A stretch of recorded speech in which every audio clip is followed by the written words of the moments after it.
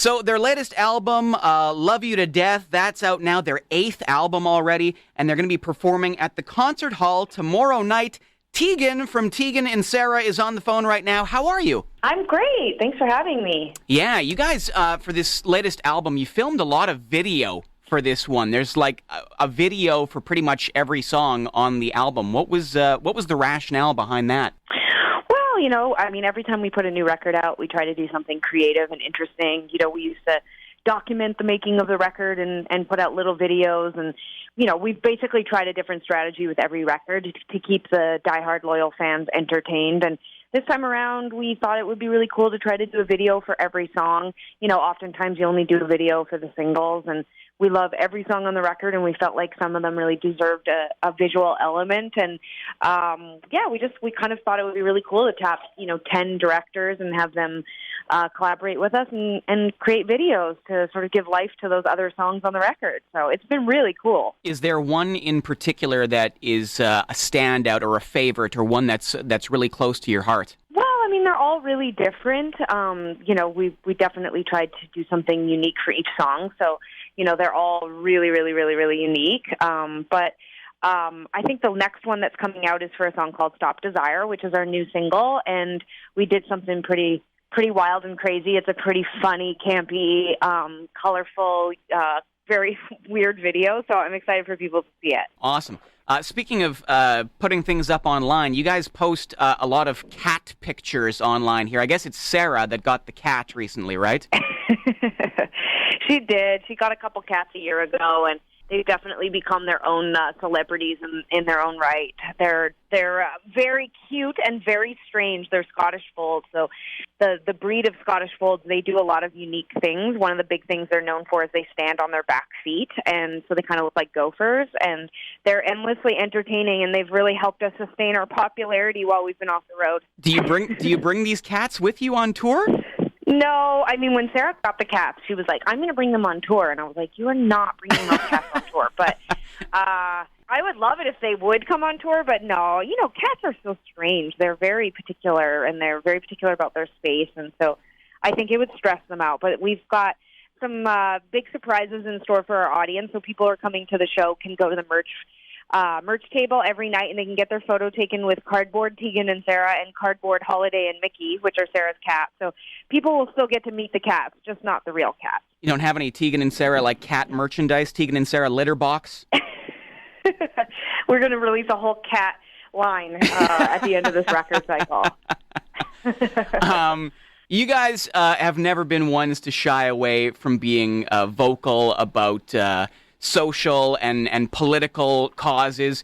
I wanted to get your thoughts briefly on the current U.S. presidential election. Yeah, wow. It's been a pretty wild year. It's so interesting because we spent the whole year, we've been actually in the States for about 18 months making this new record. And, we spend a lot of time down there, so we're always kind of up on U.S. politics. But this year in particular, it's been pretty wild down there, and I feel very overwhelmed for Americans, and not just Democrats. I'm obviously if I were an American, I would vote Democrat, but I feel bad for Republicans too, because I actually feel like the fact that that's their option, like Donald Trump, it feels really sad. And obviously it's been very entertaining from an outsider's perspective, but from someone who is in the country all the time, is dating an American whose family is partly American, it feels sad. I feel really bad. I feel like it's become a farce. I think that Donald Trump is terrifying, and I think, unfortunately, what it's done is it's really given a voice to a really terrible part of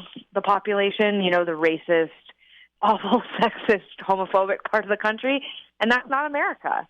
Yeah, so much negativity and hate and ignorance, and it makes me feel very sad, because I think the internet and social media has given a voice to so many people and allowed all of us to sort of be able to decide what kind of music we want to listen to or what television we want to watch. And it's allowed us to stay in contact with people and learn about the world. But then it's also opened up as just like what we call like this toilet of garbage people who just spend their time spreading hate. And it's terrible.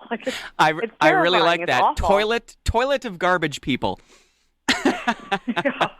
Well, changing gears maybe to a slightly happier topic then.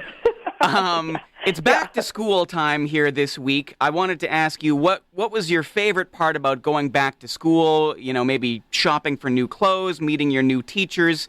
What was your favorite part of going back to school? Oh, my God. I was the worst. I was the worst back to schooler. Until grade 6, I cried in the classroom on the first day of school every year. So till I was like 11 years old or 12 years old, the trauma of being separated from Sarah and my mom, for whatever reason, I just could not be stoic and hold it back. For as strong and as brave as I thought I was, I would just get into the classroom and I would fall apart. So I was that kind of like weird, strange kid who was like, you know, wiping their snot on their sleeve every first day of school. I was a mess.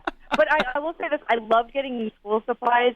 I never liked shopping because we were tomboys and, you know, it was the 80s and 90s. So, you know, it was always still like very controversial to want to wear boys, you know, jeans or, you know, like I didn't want dresses. Like school picture day was really traumatizing. I mean, I'm painting a very traumatized picture of who we are as young people. But I really opened up a Pandora's box here, apparently. Yeah, it was our artistic side really came out when we got into our teenage years, where we could speak about our trauma. We're very sensitive. Thanks for bringing back all these horrible memories, Steve. I know. Thanks a lot.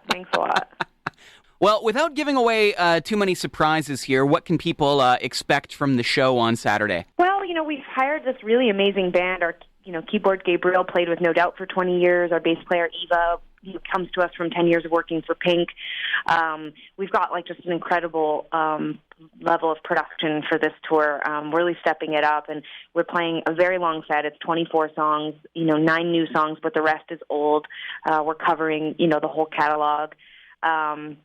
And I think, as usual, we want to bring that sort of unique Tegan and Sarah show experience to every night. We don't ever play the same show twice. There's a lot of Tegan and Sarah stories and banter, and we like to make the audience feel like they're in our living room. And no matter how big or small the venue is, we always try to make it a really special night and an intimate night. So I'm pretty excited for these shows. I feel like it's a real homecoming for us. And our last record obviously did really well, and we were thrilled by the success. But our number one goal for this record was to reconnect with our audience, to headline, to play as many shows around the world as we could, and just to really enjoy that live experience again. Awesome. Well, we're very much looking forward to seeing you guys on Saturday. Again, their 8th album, Love You to Death. It's out now. Tegan from Tegan and Sarah, we'll see you at the concert hall on Saturday. I can't wait. It was a pleasure to talk to you. See you on Saturday.